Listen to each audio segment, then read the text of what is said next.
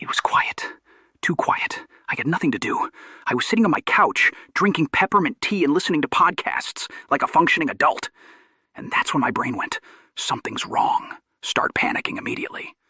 Because apparently I've trained my brain to believe that peace equals threat. Like if I'm not overwhelmed, overstimulated, or slightly emotionally sunburned, something must be off.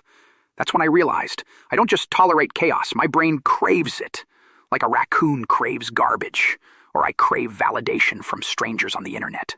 Let me explain. See, I used to think I just had bad habits, like procrastinating, self-sabotaging, overthinking until I ruin a good thing.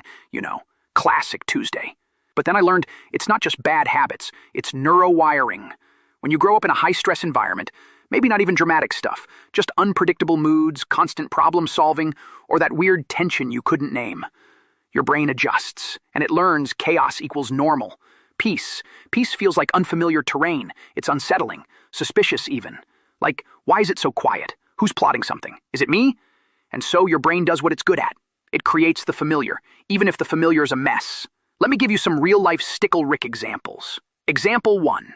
Sunday morning, no plans, sunshine, coffee. I should be chillin'. Instead, my brain opens a tab called All the Dumb Things You've Ever Said and hits shuffle. Then it plays a mental highlight reel from 2022 where I waved at someone who wasn't waving at me. Thanks, brain. Really grounding stuff. Example 2. I finally met up with an old friend. We'd been getting along great, laughing, texting daily, actually feeling emotionally seen. Disgusting, I know. So naturally, my brain said, they're probably getting tired of you. And instead of just asking or relaxing, I ghosted them for 3 days to protect myself from the inevitable rejection that wasn't happening. Then I apologized. Then I panicked again. Then I sent them a meme as a peace offering, like nothing happened. Peak adult friendship behavior. Example 3. My job feels stable. I'm meeting deadlines. I'm getting enough sleep. I even ate a vegetable. So naturally, I start 3 side projects, adopt a dog, and redecorate my bathroom using only existential dread and self-doubt. It's almost like I'm allergic to peace. Like my nervous system is tuned to static. And guess what? That's kind of true. There's this thing called baseline arousal. Basically, the level of intensity your nervous system is used to. If your baseline is chaos, then calm feels like boredom.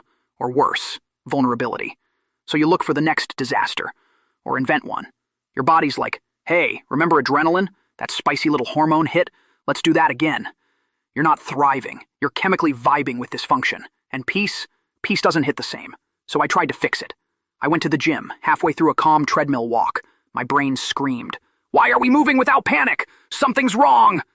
Then I convinced myself everyone was silently judging my water bottle. So naturally, I left halfway through, Googled emotional cardio, and ate 3 granola bars out of spite. Then I tried breath work. Ended up dissociating so hard I forgot where my knees were. So yeah, healing's been going great. But what actually helped? This boring thing called nervous system regulation. Teaching my body that peace is safe. Not just knowing it, feeling it. Little things. Sitting still for 2 minutes. Saying no to chaos invites. Drinking water before I spiral. Not checking my phone the second I feel uncomfortable. It was brutal at first. Like trying to pet a cat that only likes violence. But slowly, something shifted. Sometimes I'm lying in bed, no anxiety, no overthinking, and I notice I'm bored. But not the bad kind. The peaceful kind. And I remind myself, this is what regulation feels like. This is what safe feels like. And my brain, bless its chaotic little heart, goes, oh, weird, okay. And we keep going. So yeah, maybe your brain also loves chaos. Maybe peace still feels like a trick. But I promise, if you give it time and repetition and ridiculous amounts of patience, your brain will learn to love peace too. And if not, well, at least you'll have a stick man on the internet to spiral with. If your brain confuses boredom with danger, self-care with sabotage, and calm with a conspiracy, you're not alone.